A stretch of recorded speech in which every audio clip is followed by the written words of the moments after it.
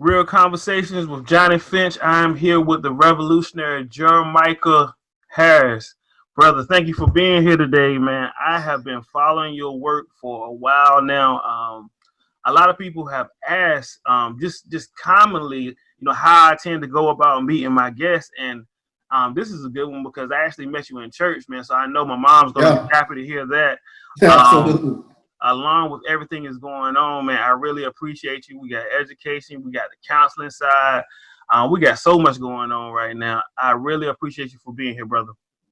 Absolutely, man. I'm looking forward to this conversation.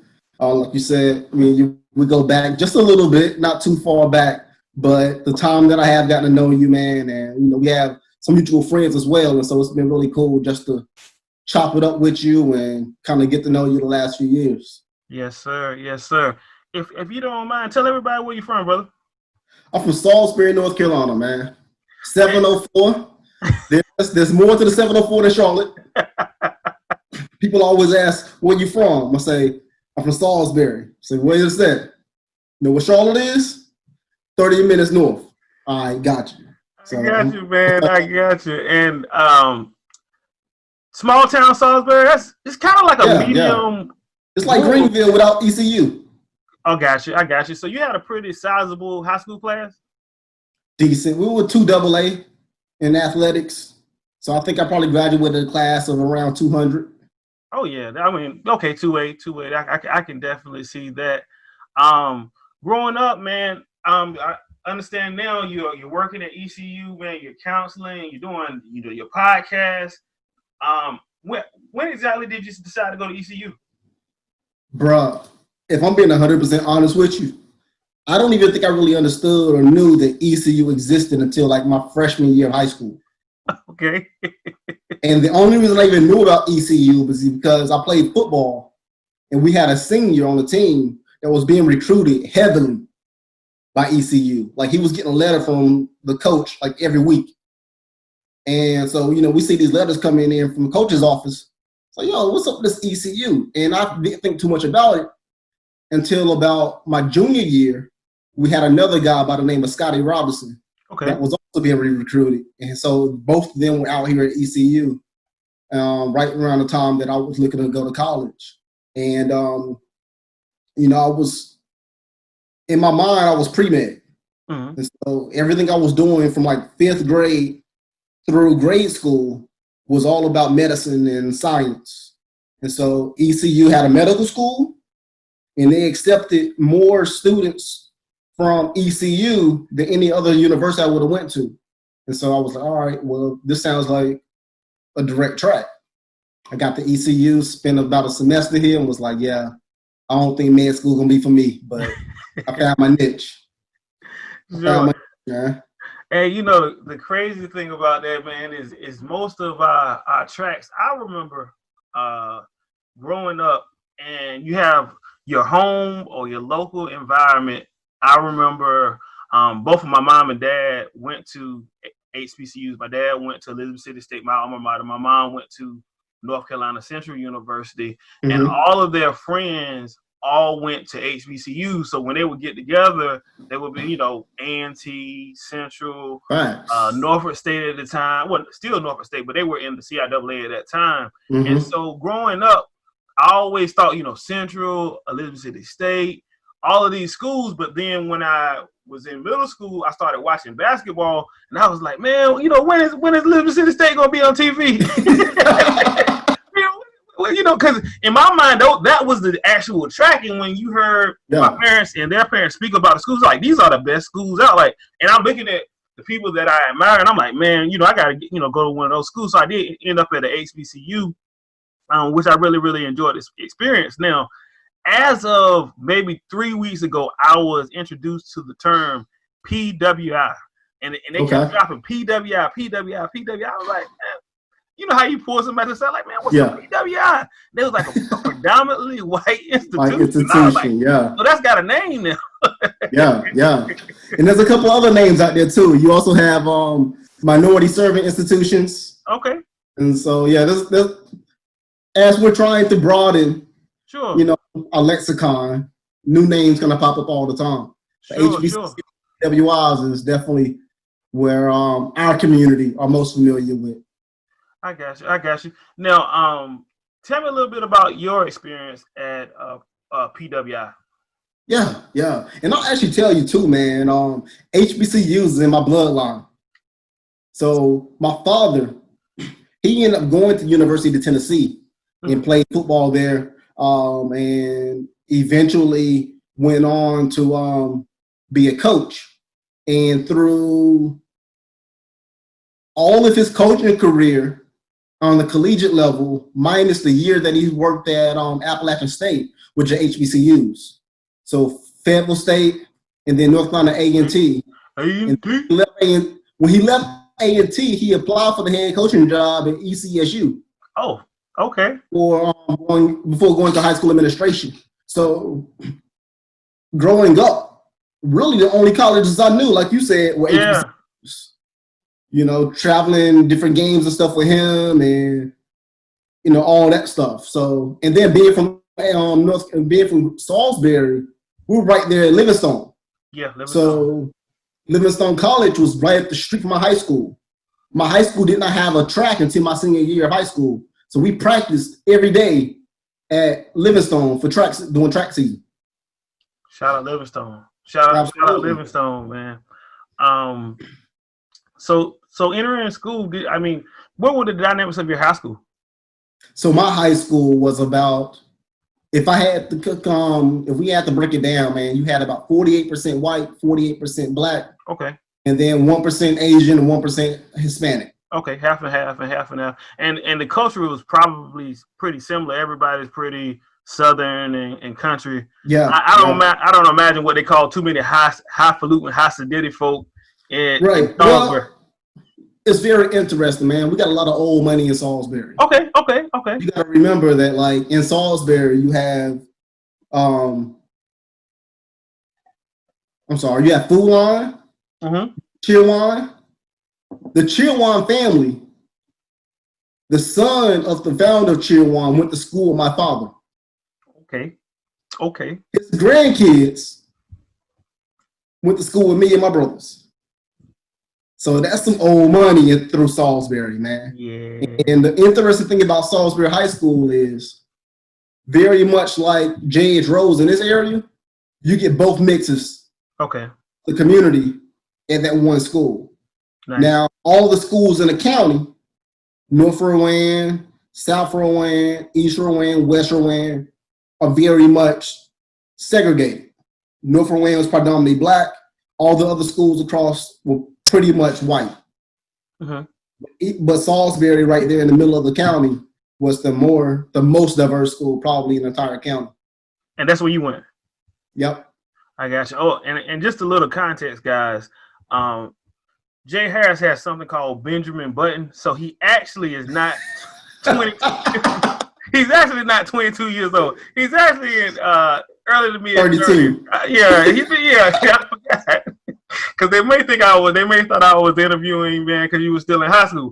No, man, and he got me like that for years. I was thinking that you were like early 20s, man.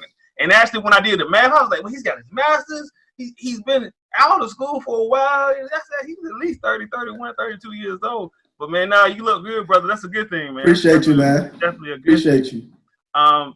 So how did your experience from high school kind of translate once you got to East Carolina? By the way, shout out East Carolina University. Very, very, very, very good. I've been living here for a little while, man. It's very, very good community they have here. Yeah. So ECU actually was my first and only choice when it came to universities. So I was a high school athlete, and so I had a couple of schools looking at me for track, and then a few schools, wanted to see me for football and whatnot. But I was so small that playing football anywhere outside of high school probably was not going to really work out for me. And so it was like, all right, go to a D2 or D3 school to play ball, or go somewhere where I can actually have fun and just kind of enjoy myself. And so I applied to ECU, again, with med school aspirations.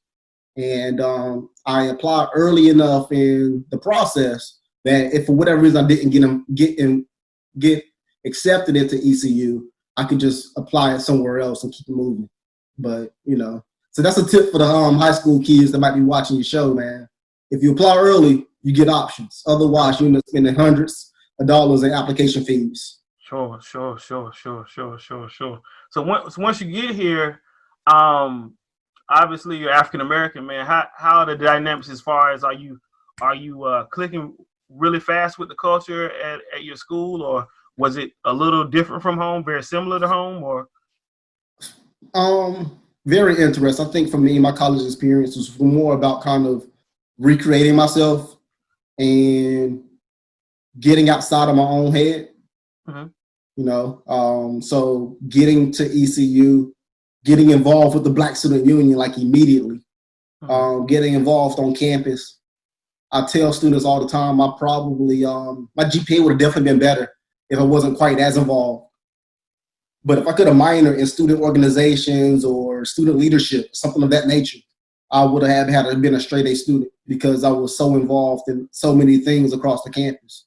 And it had its challenges in many aspects, but one of the things that always sticks out to me was, you know, I had people around me that didn't mind pulling me aside. I'm like, look, man, you're here to get an education. Being a Black man on this campus, not too many people happy with you being here, but don't give them a reason before you have to be on. And so, you know, I got my head on straight eventually and, you know, headed in the right direction. But that first semester, man, I had a 1.6 GPA, actually. So when I tell you med school was not going to happen, yeah.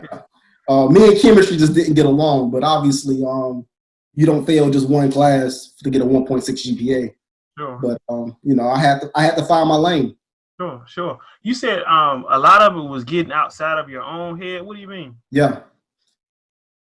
You know, I think growing up in a small town like a Salisbury, you know, everybody that you kind of are around, you know them from grade school all the way through. Yeah. And so, you know, people get certain ideas about you or you build a certain reputation for yourself that you can never just kind of shake. And so being at ECU, being in a new environment, I had an opportunity to kind of recreate myself and present to people who I wanted them to see, you know, and not have to worry about so much of the baggage of, you know, whatever was being carried over. Now, a lot of that was my own insecurities too. Like I will own that. But once I got to ECU, man, it was fun just being free of who people thought I was or whatever, and just kind of being who I thought I should be, essentially. You know, just the whole idea of just kind of finding yourself. Yeah. I ain't wild out too much like some people might think, but, you know, it was basically just getting used to the environment. It was enough. Yeah. And just to segue a moment, Jay Harris and his friend have a podcast called Professional Culture Podcast. Absolutely. Shout out to Chris Cooper. Oh, man. Listen, guys, and I'll definitely put the link at the bottom. If you guys want to binge on something, these guys handle some very, very, very serious topics. And for the parents of college students at this particular point in time, for college students, people looking at going to college, they really, really, really take time to examine their mindsets as it comes to different things that relate to current events, as well as things that have molded them, things that have helped them. I definitely think that you guys should go ahead and check out that. It is a diamond in the rough. I don't think it'll be a diamond in the rough long because I believe everybody will know about it. But if you guys can see, a lot of these questions that I've asked have been about kind of self-awareness, because obviously Jay Harris is a counselor. So was it at ECU when you determined that you were going to be a counselor, or did that come? Yeah. So actually after that first semester, I really had to do some self-introspection and figure out why I was in school. And at the time, I didn't necessarily know it was going to be counseling that I was going to head towards. But when you have a 1.6 GPA, you got to figure out how you're going to stay in school first and foremost. Sure. So I actually went to my friends and started asking them what classes they took that first semester that they got easy A's in. And that's how I boosted my GPA back up. So I took several electives, because you get that opportunity in college to just take classes. And one of the classes I took was an alcohol and drug class that one of my best friends, he's actually going to be my wedding next month. Nice. Nice. Took a class and was like, hey man, like this class here will be easy for you. Yeah, and we just can't stumble past that, man. You get married next week. Congratulations, brother. What's your soon to be bride's name? Latrice Caldwell, soon to be Mrs. Harris. Soon to be Miss Harris, Miss Latrice. Shout out her. You got a good guy here, man. You got a really, really awesome guy, and I'm happy about that. Marriage is a beautiful thing. I will say that since we're here, man, I've not been married long, but I will say as long as you guys continue to outserve each other every day, see it like a competition. And if she does something for you, make sure that you continue to like go over and beyond, and don't show each other up, man. That's about the best marriage advice I can give, dude. Just keep giving it. That's solid right there, man. Yeah. That's solid. I didn't make that up. No, yeah, that's solid for sure. Yes, sir. She definitely challenges me. Happens to also be my high school sweetheart. Oh, nice. So she's seen the transition. She's seen everything from, all the stuff I said about what I was in high school to me finding myself in college. And she's been rocking with me, man, from day one. So did she also go to East Carolina? She did not. She did not have the privilege to be an ECU Pirate. She's sitting right here next to me.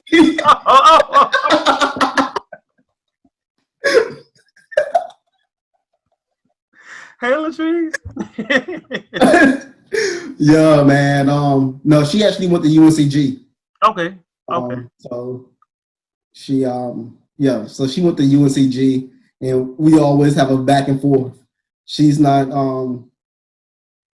quite as spirited about her university as I am, so I like to kind of give her a jab every now and then. I see, man. That's gonna be a beautiful thing. So you said that you took a drug and alcohol class. Yeah. Your second semester. Second semester, man. I took a drug and alcohol class, and I really enjoyed it. At the time, for me, it was just an idea about just finding an easy A. But after enjoying that class, I ended up taking more classes in that major before finally declaring that major. And that's kind of what set me on that path, for sure. Okay. And one of the biggest things of all of that, though, was because of the way that major was set up, it forced us to do a lot of volunteer work. Okay. So I'll be at the Little Willie Center and, helping out at like Operation Sunshine, some of the the agencies in the area serving kids. And so in my mind, I actually thought I was going to be opening like an after school program when I graduated. And, in some ways, doing what I do with collegiate recovery seems to be somewhat that element. I'm literally building a program on campus right now that's about to go into its 5th year to support students who are in recovery from alcohol and other drugs. So in the middle of your career and undergrad, did you go directly into your career and then get your master's, or did you get your master's and then go into your career? I did. So upon leaving ECU, I had an internship in town at a high school rehab center. I didn't even realize that high school kids had to go to rehabs. Yeah, but I'm sure with you working in the field that you work in, you probably know that just up the road here is a correctional facility for youth offenders called DOBS. Mm-hmm. And so for a lot of those kids, if they have the opportunity, they can go to a treatment center like Port Human Services, where I worked, as a deferred sentence to go to treatment for 4 months and hopefully stay out of jail or get off probation and get back to their lives. And so for August 2010, I served as an intern there through the semester before I graduated. And just upon graduation, they hired me to work there full time. So I ended up working at that facility for 5 years. Oh, man. Yeah. At Dobbs? Huh? You were at Dobbs? At Port. Oh, okay. Gotcha. At Port. Yeah. Oh, yeah. Man.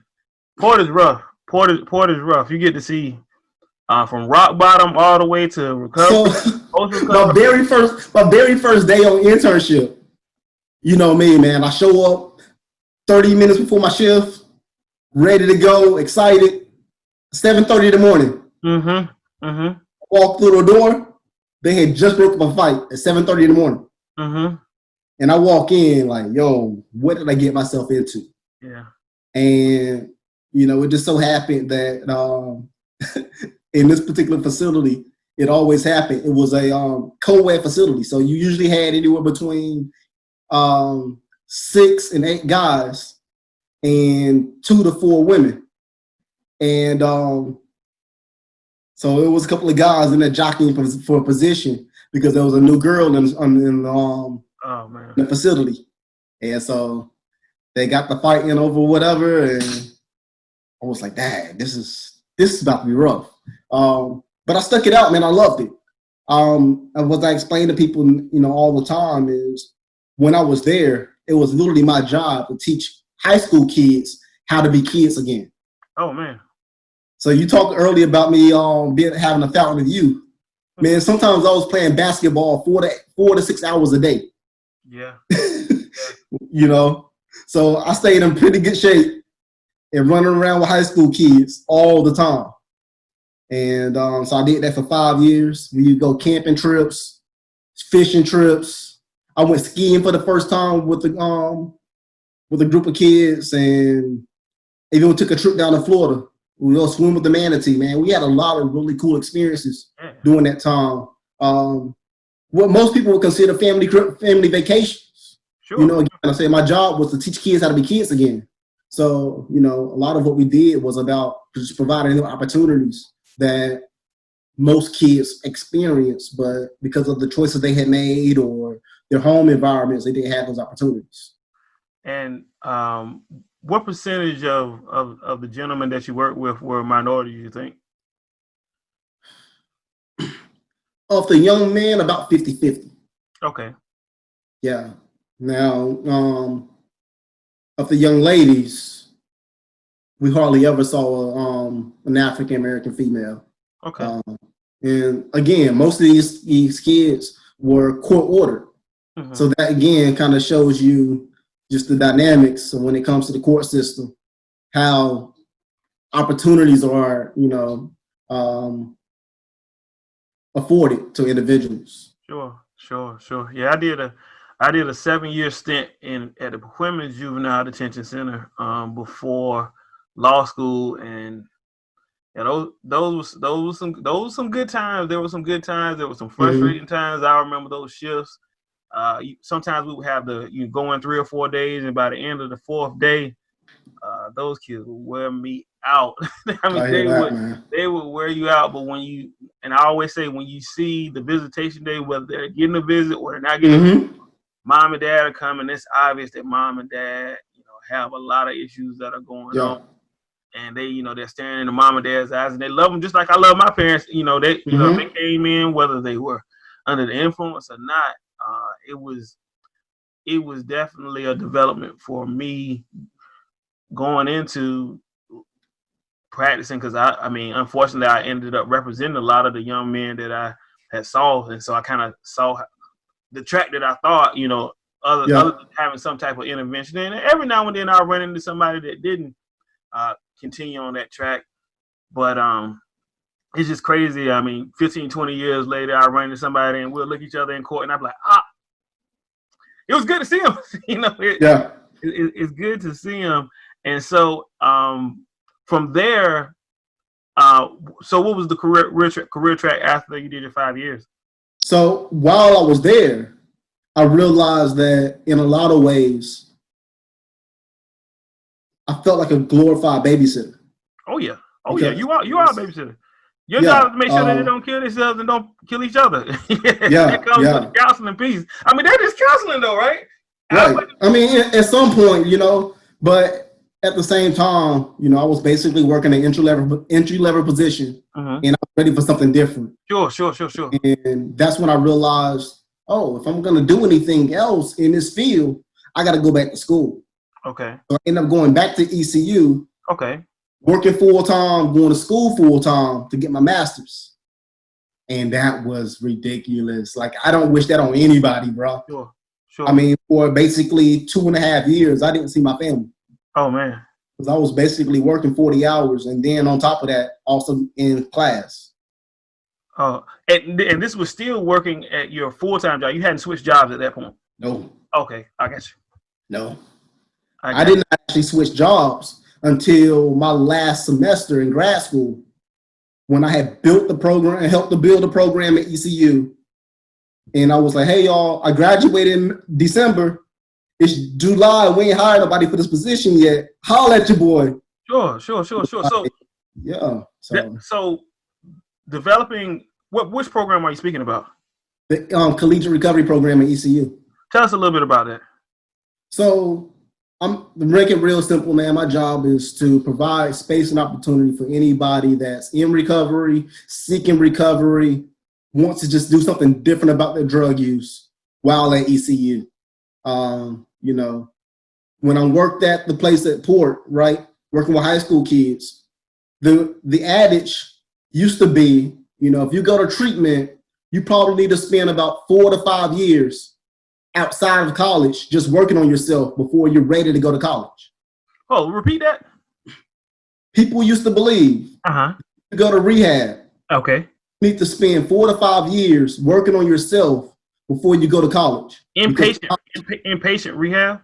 No, you just need to. Yeah, if you go to rehab, right, and you graduate rehab, like you do well in rehab, sure, you probably still need 4 to 5 years to work or do something before you get into the temptation of going to college, because there's drugs and alcohol all over. Okay. Yeah. Sure.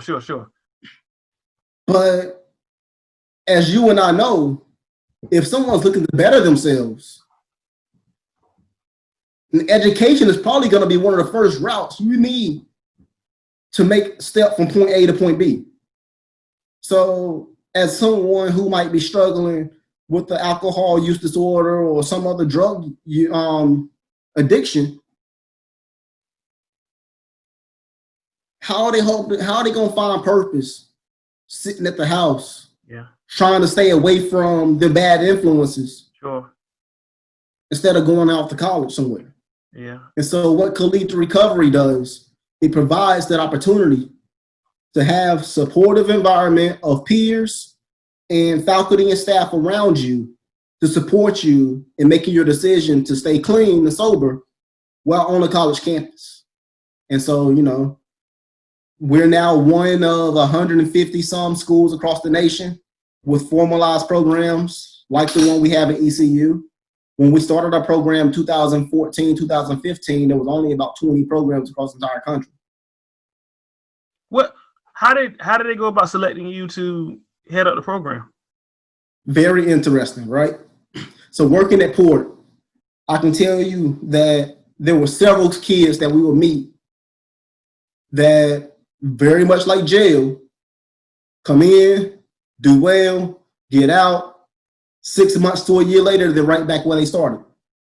And so I kept asking myself, kind of like, yo, why is this happening? You talked about the home environment. You see the family not necessarily the most supportive.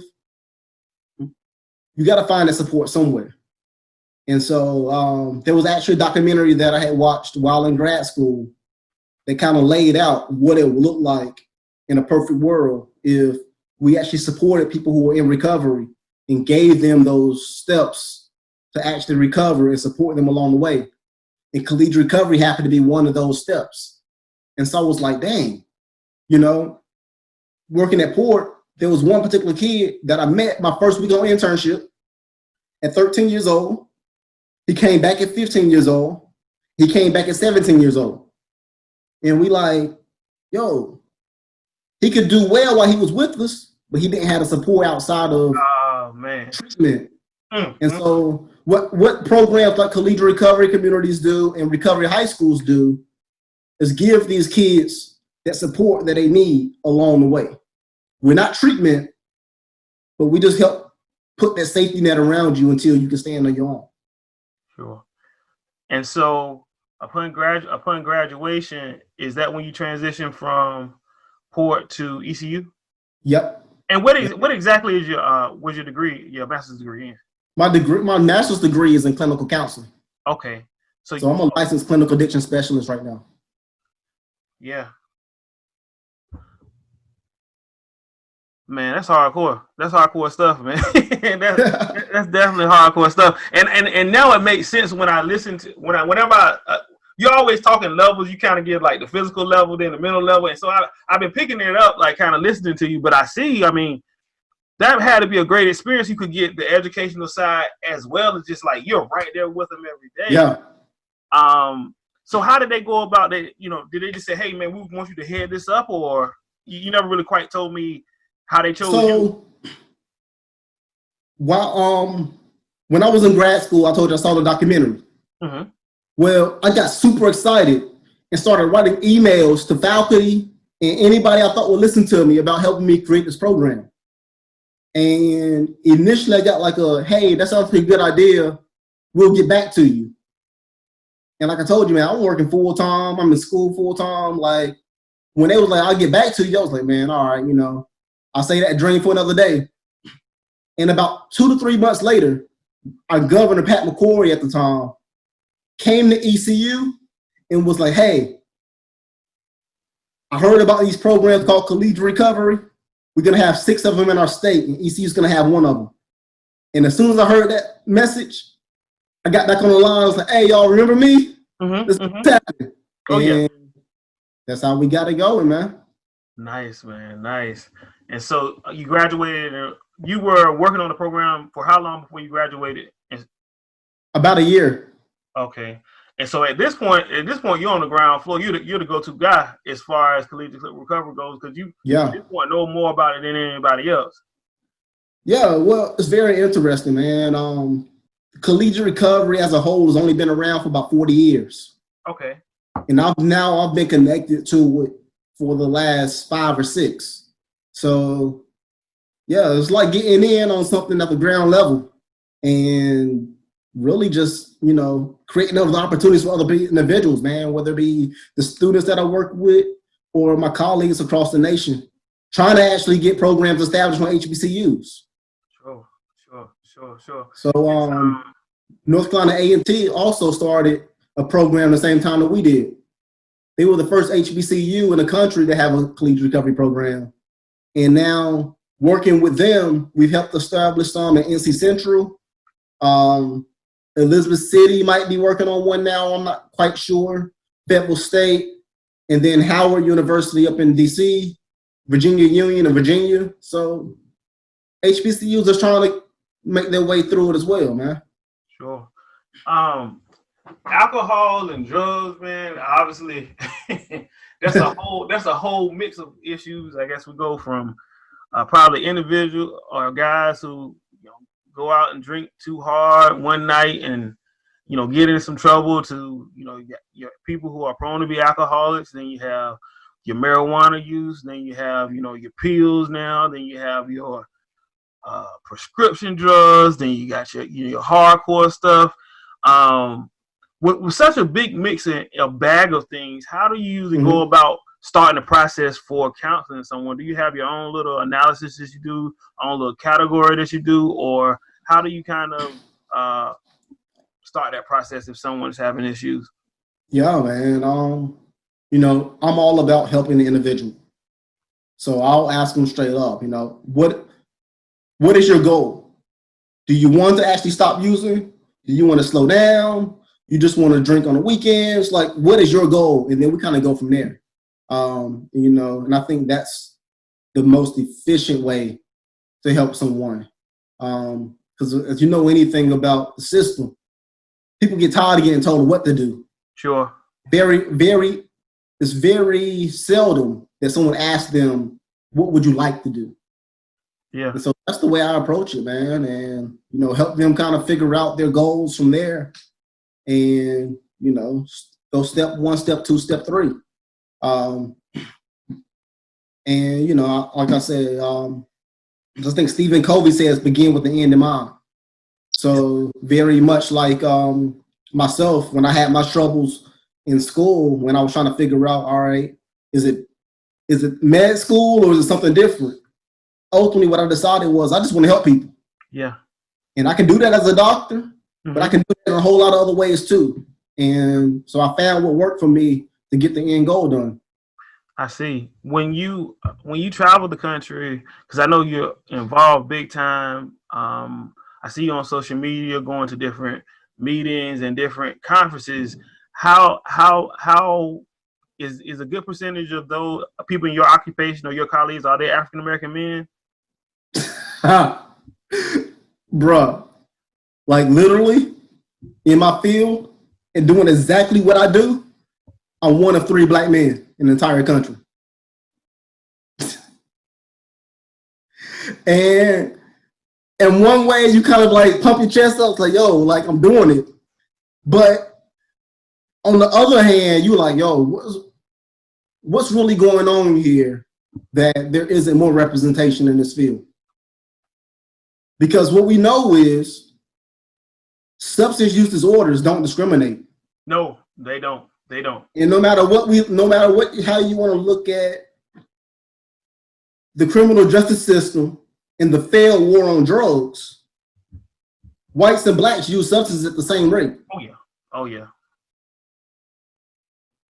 And so if we're to inspire someone that's gotten mixed up with just bad choices or rough home environment, whatever the root is,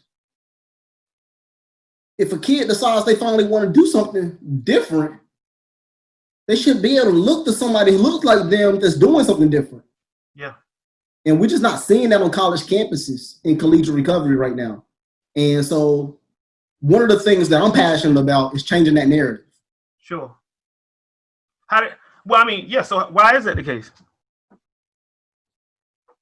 Where you want to start? I start with the number one answer. I obviously all of this is novel again. Whenever I hear you speak about mental health, whenever I hear you speak about cancer, about meditation, I obviously, because we're similar situated in that we're both black guys, I tend to lean towards what you're saying more. So, not saying that what anybody else is saying less valid. I'll be speaking with somebody and they'll be like, hey, you need to meditate, this, that, and the other, and the third. And I'm like, yeah, okay, but that coming from a white woman would be a little bit different because it's just like, that's kind of your thing. I feel good with saying that we don't think about our feelings or our mental health checkups as much as we should, right, until we're forced to. So if that's the case, I can't imagine.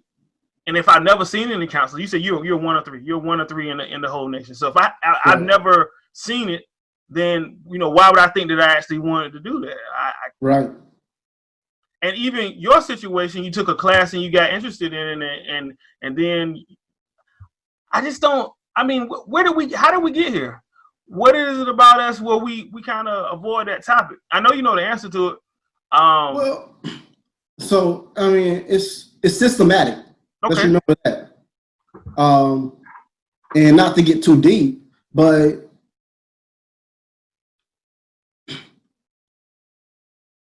rightfully so, black people have a healthy fear of professional advice, whether it be medical, Tuskegee experiment, or mental health, whatever, right? Like, we show up with a healthy dose of skepticism because it hasn't always been people looking out for our best interests. Now, I really feel like that's starting to change. We get a lot more folks really talking about mental health now and wanting to do something serious about it, getting people involved and getting us back to, quote unquote, our roots. And, you see so many people, especially on social media now, getting into yoga and just eating right and all this stuff. It's things that we should have been doing all along. But I think in a lot of ways, things just gotten it just in the way. And now we're getting to a point where, our consciousness is starting to wake up and we're starting to do things that seemed a little off before, but now we're realizing if we give it a shot, it's not so bad. And I know you asked me a little bit earlier about, meditation and what that's all about. And I'll say real quick, I think more than anything, meditation is just about quieting your mind so that you can connect with whoever your higher power is. And for some people, that higher power is just connecting with themselves. And that's cool because there's so much distraction in the world that we don't even know how our own selves feel. I'll tell you earlier about me kind of just getting lost in the shuffle and trying to figure myself out because I was so distracted by everything that was coming in and out that meditation really allows us, whether it's 5 minutes or 5 hours a day, to just slow down and recenter ourselves. Okay. And that's physically, mentally, emotionally, the whole nine. And do you have a religion? Yes. Okay. Practicing Christian. Okay. So as is prayer different from meditation? Nope. It's the very same thing. It is. And I think there's different ways to pray. Sure. And I think there's different ways to meditate, right? Okay. And I think ultimately meditation it really is when you quiet your mind to hear from God. Okay. And getting yourself back in line with the way God sees us and views us, and less of how I view myself. Oh, I see. And like I said, that takes practice. Sure. So it might seem weird and out of whack when you're sitting there trying to quiet your mind, and first thing you close your eyes and start thinking about is what you ate for breakfast this morning or whatever, and that's cool. There's techniques that we can use to kind of help you figure that out and slow all of that down. I think mindfulness and meditation isn't about keeping your mind completely empty of outside thoughts, but it's always bringing you back to what your main focus was when you decided to sit down for that portion of time to meditate and quiet your mind. Man, when have you been able to? Oh, and again, the link to the podcast is below. Do you mind sharing with the audience a story about the young fella that came in and he was struggling with marijuana use, and you guys kind of went and you kind of introduced him into meditation? Yeah. I think you're referring to one of my favorite clients actually, who had really been struggling and wanting to do something different. Smoking several times a day and was looking to do something different, and had entered into counseling. And so we actually, I let people know, one thing that kind of helps to get into the spirit of meditation and quieting your mind is picking a song that you relate to, that's soft. I usually go to some Erykah Badu or Lauryn Hill. And then also Toby Nwigwe is one of my other favorite artists. Toby actually has a song called I'm Dope, which is just really amazing. Talking about his story, his path from being a college athlete on his way to the pros to deciding he wanted to drop out of school and become a rapper. And his family basically told him, hey man, you crazy. We're immigrants. We brought you over here to get you an education and be a doctor. And now you want to tell me you want to be a rapper. So what is up with that? And so through his journey, he meets Dave Chappelle and Erykah Badu, and they both tell him that his music is dope. Oh man. And so he created a song called Miss Badu Said I'm Dope. And I mean, it's solid. And so when I talk to our students a lot of times about positive affirmations and speaking highly of yourself and getting yourself out of these negative spaces, I sat my man down who was, we sitting there talking, and he was asking about meditation and all of this stuff. He's heard about mindfulness and meditation, but didn't really know how to get into it. I said, hey man, let me play this song for you. It's about 3 minutes. During this song, I want you to close your eyes, and I'm going to lead you through a guided meditation. So we played the song. It was probably one of Erykah Badu's tracks because it's one of my go-tos. Uh-huh. And say, close your eyes. Take a deep breath in. Exhale. Deep breath in. Exhale. And then I might have told them something like, now just take your mind and go to your favorite vacation spot. If it's the beach, sit on the beach, feel the sand on your toes. Inhale, exhale. Feel the sun on your skin. Inhale, exhale. Now, while I'm doing all of this, the song is playing. 3 minutes and some change passed, the song is over. The meditation's over. And his anxiety went from here to here in 3 minutes and 50-some seconds. So, hey, man, it can be just that simple. Now, the problem, though, is a lot of times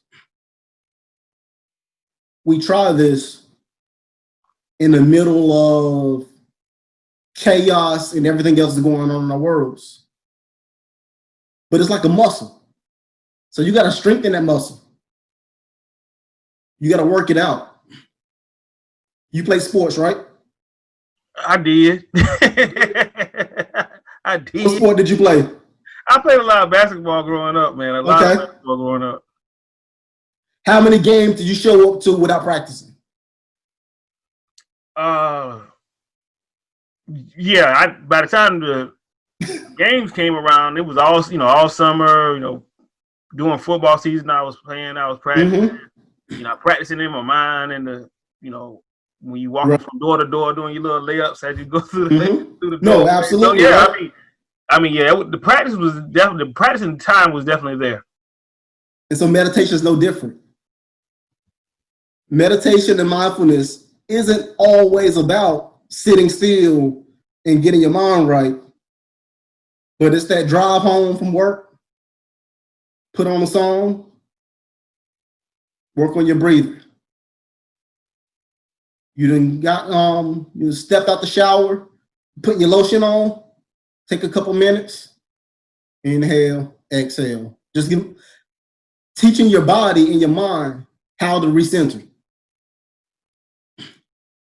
It's a lot easier to do that over time than to step on the court and try to run 5-on-5 for 40 minutes. Yeah. And you ain't been out there to put those shots up. You ain't jogged. You ain't did nothing to get yourself ready for that game.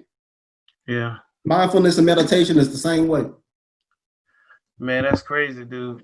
That's crazy. I appreciate that. What it kind of reminds me of, so it had have you been watching the Last Dance at all? I haven't yet. Okay. I've been watching the hype. But I'm one of those ones too. I'll wait till the end. I'll watch the commentary, but I can't watch week to week now. But a lot of the commentary coming forth has been about, Michael Jordan. He had a certain bravado about him. He was tough. And then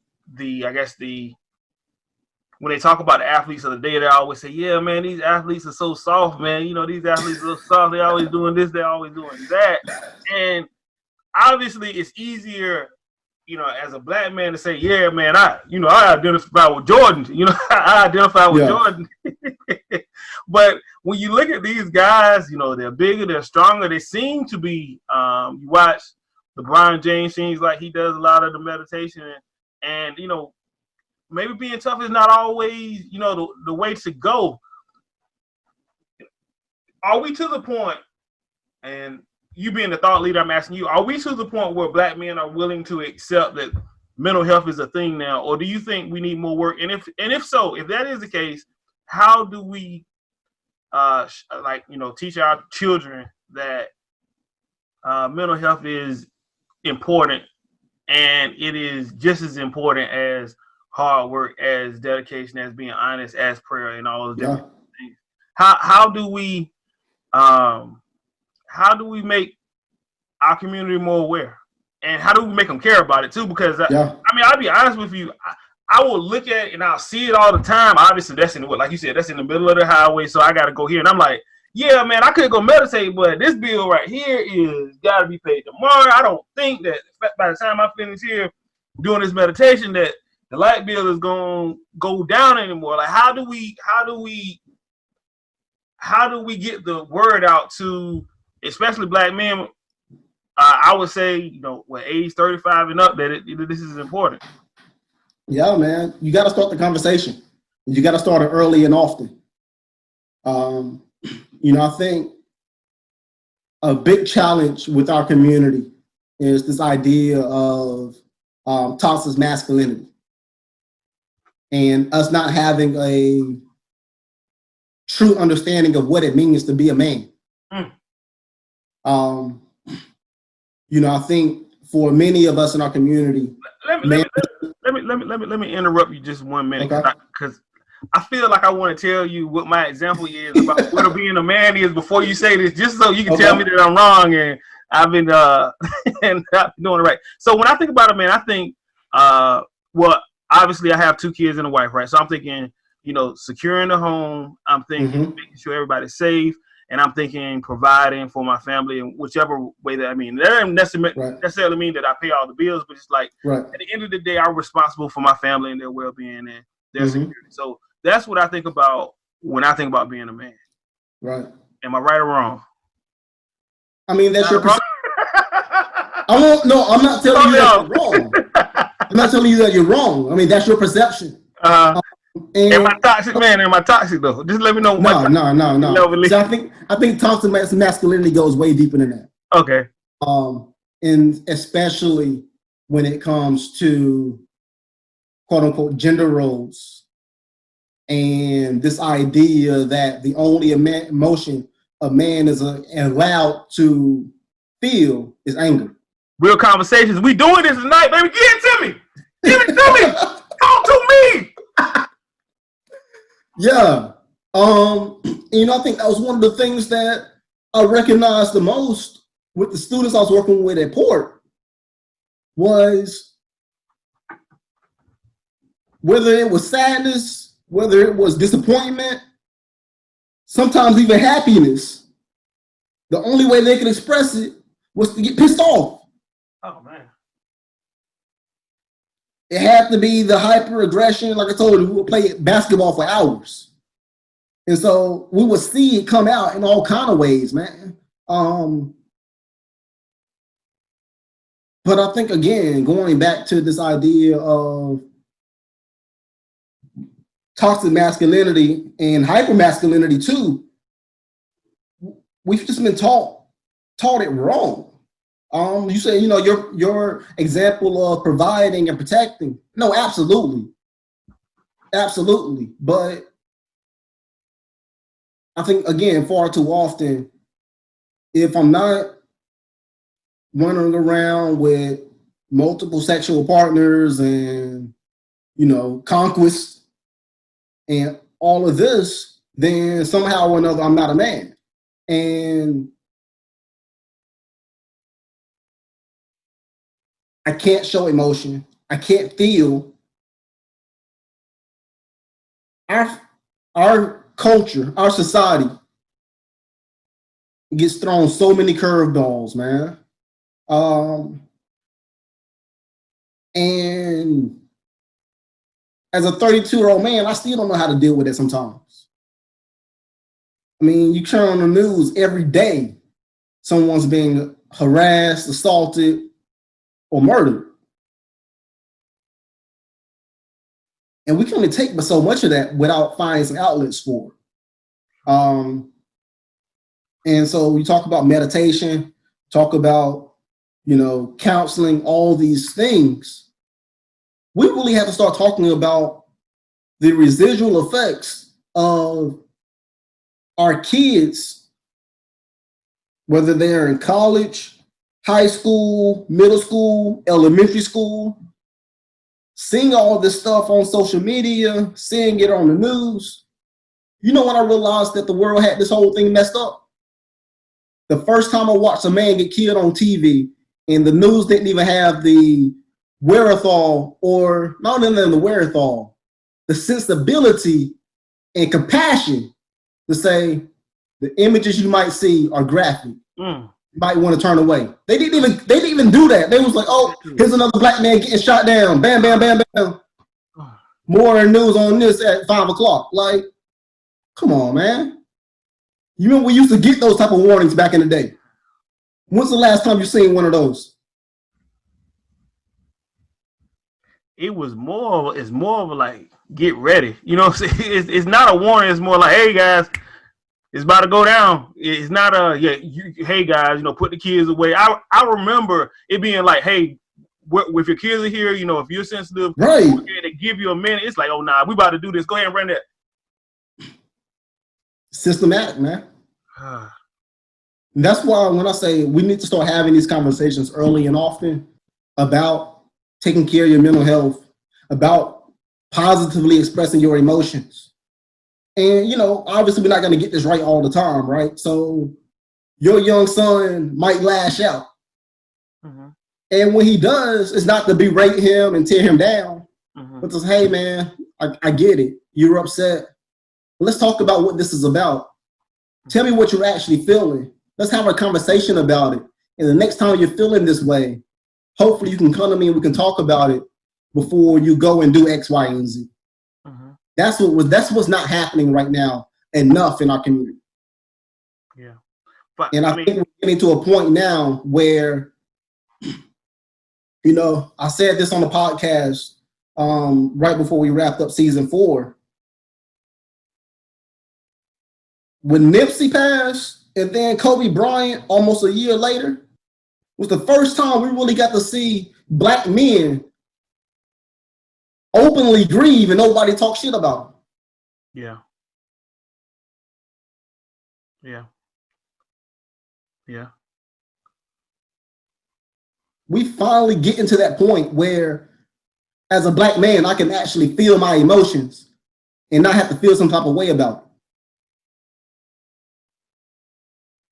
Yeah, I can remember when I first went to law school. My tracks were told across. I went from Elizabeth City State to Regent University, very good Christian conservative school, but as you said, it will be a super PWI because this law school in general is 3 to 4% or maybe 8% minority now at this particular time, but I felt like my tools were so limited professionally because if I got frustrated, I wanted to fight. It was like, and this was the thing at Elizabeth City State. If we got frustrated with each other, we would fight, right? It was kind of normal. So like, if something happened, somebody was disrespected, we knew the answer was to go and fight, and we would fight. And the next week, we would be right back friends or whatever. Maybe we weren't friends anymore, but there was no confusion. But when I went to law school and I would get frustrated, I knew like if I felt like I was being disrespected or slighted, I knew that they weren't even thinking on those terms. And I'm like, man, I'm mad, like I want to fight, and this person is just like, haha, I'm like, what am I missing right now that you guys have that when you get upset, y'all are thinking about? Now they may have been thinking about some crazy ways to get back at me, right? Because all I got is like physically, I want to put my hands on you.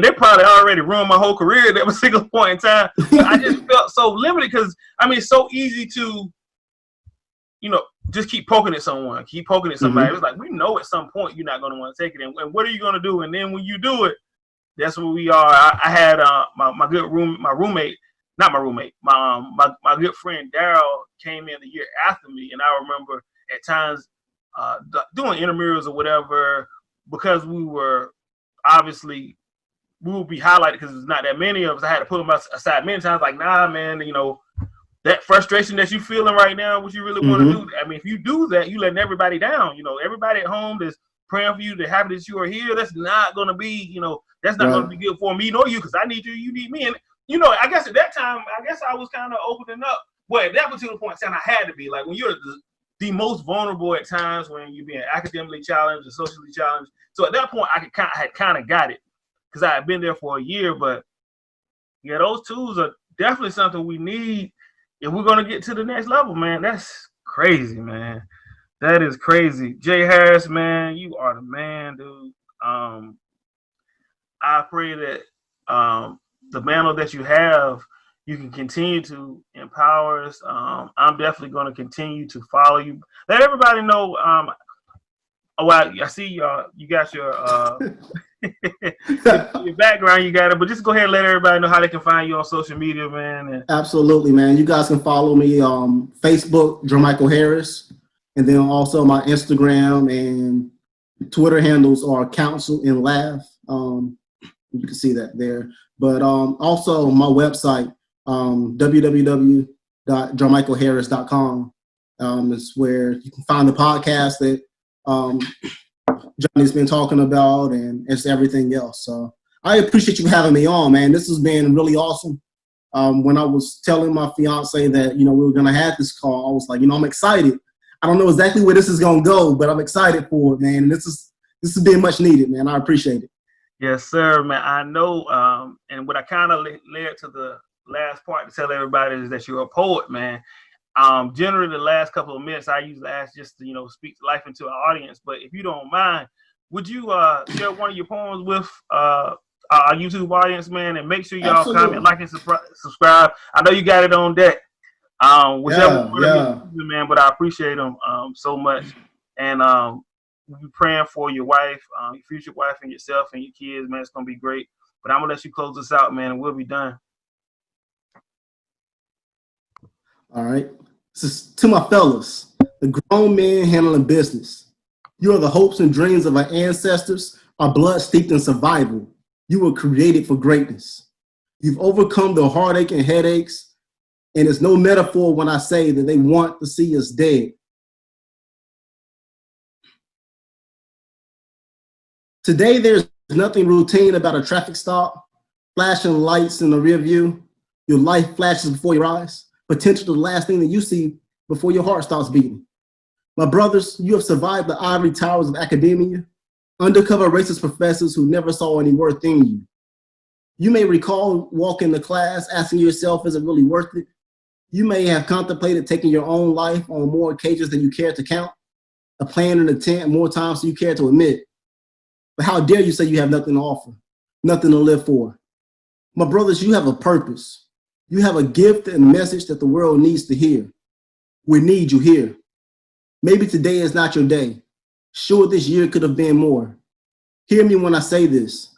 The ink in your pen still flows. The pages of the book still left to be filled. People are counting on you. Reach inside, find your passion, and thus find your purpose. The world is waiting. Real Conversations with Johnnie Finch. We're out. Peace.